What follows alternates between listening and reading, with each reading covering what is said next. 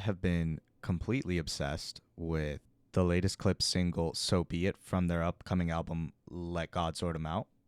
And so yesterday I made a beat trying to basically make a similar Arabic sampled beat, and I thought it was pretty good. So I thought I'd do a beat breakdown of it. So the way I found this sample was pretty lucky, honestly. I used samplet.io, which is like my favorite site, completely free for finding all sorts of samples and getting inspiration. So I just set the genre to folk, world, and country, and the region to Middle East.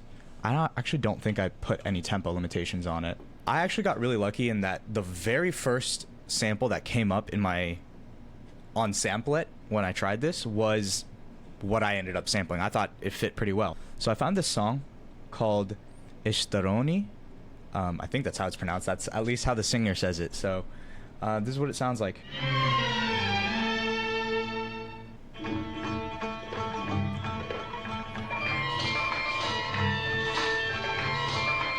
This part right here, that part. People going crazy in these comments. They're going crazy. Oh my gosh. So yeah, I just dragged that into FL and got to work. Usually I like to use SliceX to chop it up and just mess around on the keyboard, but especially for long songs like this one, which is like 6 minutes long, that can be pretty tedious and annoying. So I don't know, I just decided instead to manually chop it up. So I just played the sample and looked for interesting parts.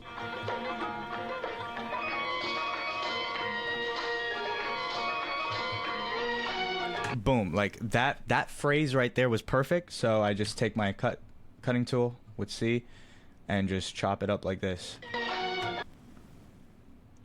And I'll like move it down a track just so I can like visually tell that this is a chop that I want to use, and just keep going like that.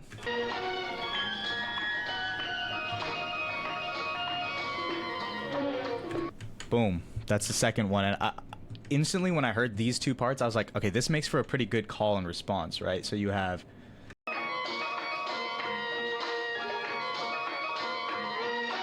is like the call, and then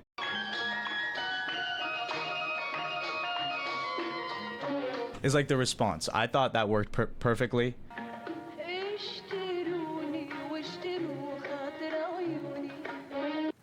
Yeah, that right there was perfect. I wanted like some vocal sample. I think I used this really sparsely in the beat, but I still wanted to use it somewhere. Boom, right there, the da-da-dum. Just perfect embellishment at the end of a phrase. So I took this as well, just like that.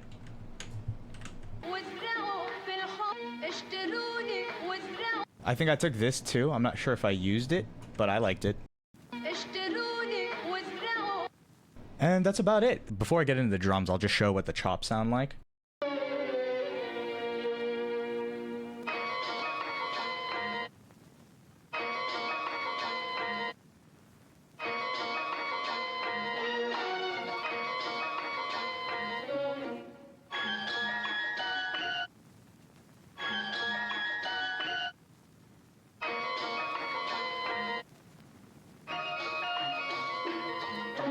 And it just goes like that, and then I introduce that vocal phrase later on.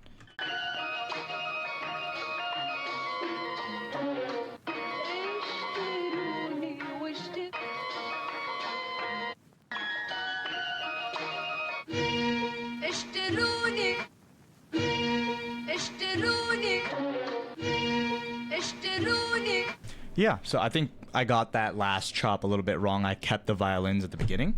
But getting into the drums, I decided to take heavy inspiration from the So Be It, beat. That's why the kick pattern starts off very similar.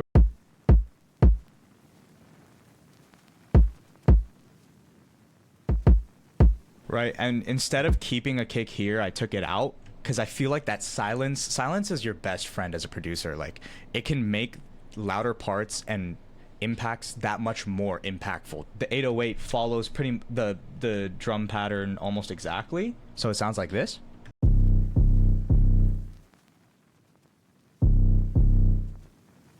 So very, very simple.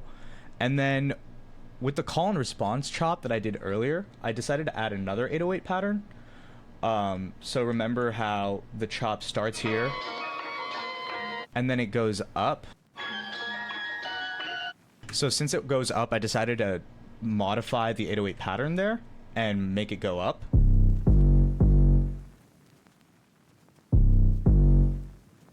Oldest trick in the book, the 1-5. I mean, or the 5-1, however you want to see it. One thing that Pharrell does, and he likes to do, he's done this in multiple beats before, and I think Timbaland has also done this, is they both love to like mess around with reversed percussion sounds. And you can hear that in So Be It. So if I actually play So Be It. So if you hear that, the hi-hat, it's like instead of like right? It's just reversed. That's it. And same thing with the snare. When I was born, grandmama could see it. I be Bentley. It's like so but it adds like a really interesting, wonky, kind of weird feeling to it that I like a lot. So, you know, I just did the same thing. All I did was just reverse them, and then you can mess around with the length.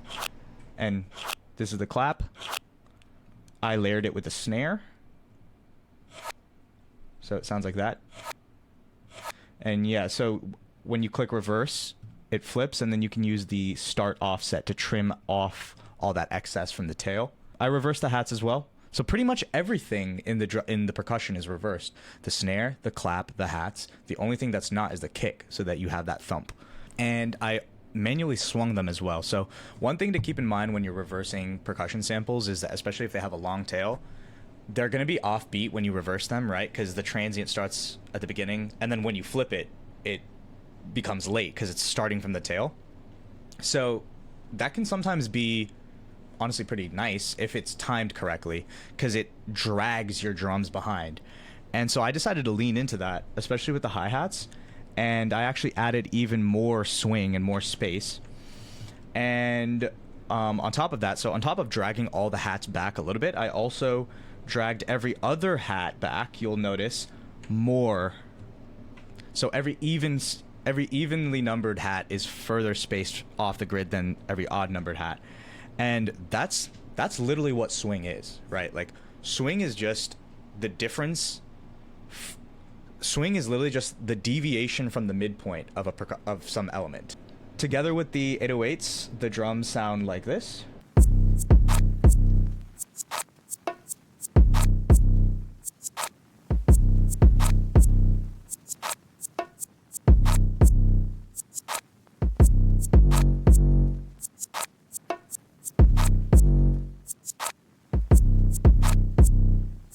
That's pretty much the whole beat. I decided to add some bongos as well, just to fill out the percussion a little bit more and add more texture. So all those elements combined sound like this.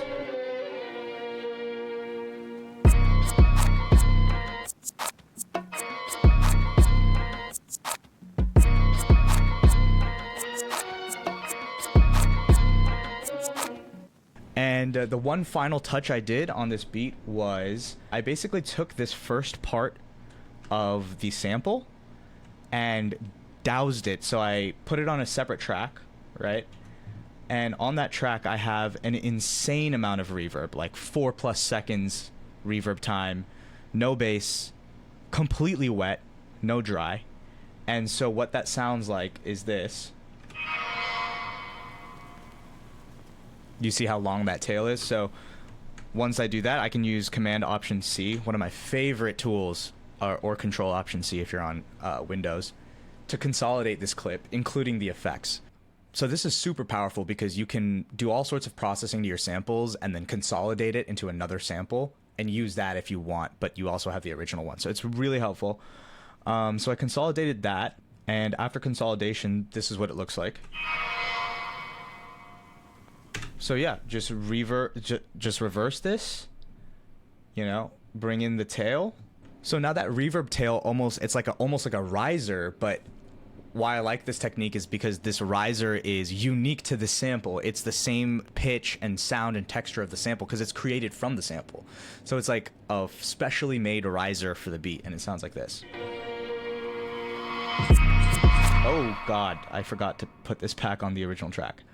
Okay, it sounds like this for real this time.